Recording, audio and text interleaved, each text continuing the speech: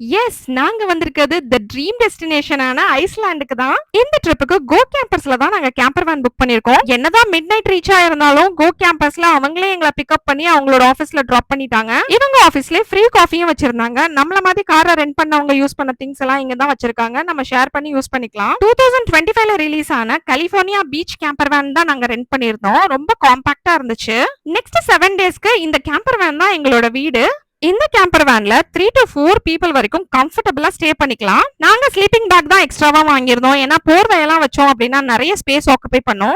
மேல இருக்க டென்ட்டை இந்த மாதிரி ஓபன் பண்ணி வச்சுட்டு மேல கூட போய் நம்ம தூங்கிக்கலாம். நம்ம ஊர்ல எப்படி புயல் வருமோ அதே மாதிரி ஐஸ்லாண்ட்ல நாங்க போயிருந்தப்போ ஆரஞ்சு அலர்ட் கொடுத்திருந்தாங்க. அதாவது விண்ட் வந்து நல்ல ஸ்பீடா அடிக்கும். விண்ட மட்டும் வித்ஸ்டாண்ட் பண்ணலங்க, இந்த மாதிரி பம்பியான ரோட்ஸ்ல எல்லாம் கூட இந்த கேம்பர் வேன் வந்து நல்லாவே பெர்ஃபார்ம் பண்ணுச்சு. வேன் பின்னாடியே சமைச்சுக்கலாம். அதுவும் இல்லாம சேர் டேபிள்னு எல்லாமே உள்ள இன்க்ளூட் ஆயிருந்தது. ஆக மொத்தம் அஃபோர்டபுளான ஒரு பெஸ்டான ஆப்ஷனுங்க.